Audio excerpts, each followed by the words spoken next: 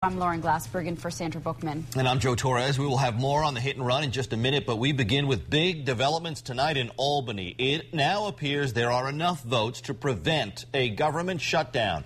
That means the state lottery, the state police, and state offices will not begin to close Tuesday morning. Eyewitness News reporter Lucy Yang is in the newsroom with the late details. Lucy?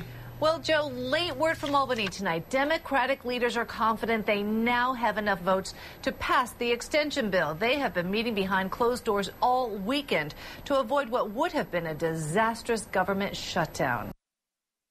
A big sigh of relief tonight across the state of New York. State Senate Majority Leader Pedro Espada telling me this evening there will be no shutdown of the state, that Albany has enough votes to keep New York working for another week.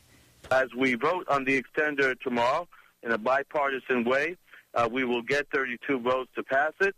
There will be no shutdown, but New Yorkers really know that what we really need is a complete fiscal plan for New York State. New York State has been without a budget since April. Every week, Albany has passed an emergency spending bill to keep the state operating until legislators can agree on a new budget.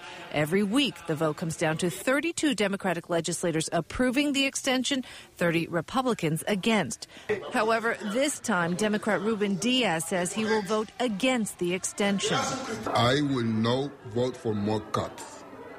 So tomorrow I'm voting no. Espada says at least one Republican plans to cross party lines and vote for the extension, which means they have another week to come up with a budget. So I would expect that the legislature would pass the emergency appropriations. If not, they risk subjecting the public to unimaginable pain. What made this week's spending bill so much more contentious than in previous weeks is that tomorrow's bill, put together by Governor Patterson, includes $327 million in cuts to mental health and social services.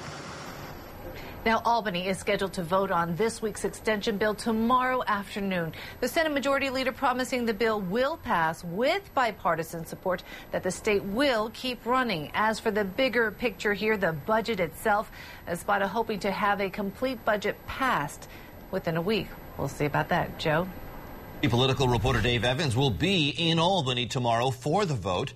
And you can always get updates on the budget negotiations at our website, 7online.com. On Long Island tonight, police are